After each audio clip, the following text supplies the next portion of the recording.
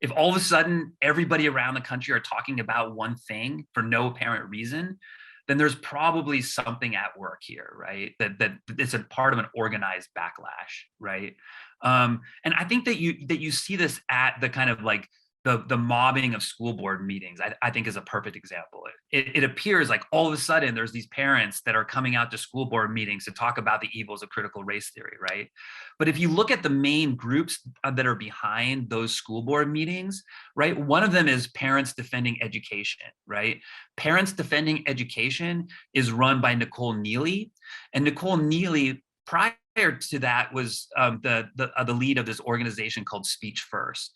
Speech First was an AstroTurf legal group that got a large amount of dark money donations to file lawsuits around campus free speech issues. Right? She's now working on the kinds of bringing parents out to school boards. Likewise, the group Building Education for Students Together, BEST, is straight up Freedom Works, right?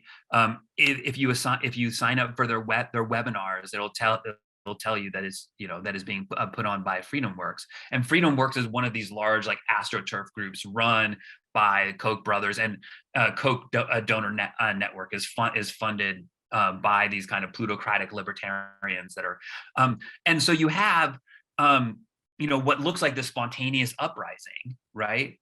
But actually there's this deep networked, and mobilized, like these organizations like Freedom Work have statewide offices and full-time organizers and full-time staff whose job it is to get people out to these meetings, right? They have trainings. They have a bus tour. BEST has a bus tour, and they go around and they train parents about how to participate in school board meetings and stuff like that.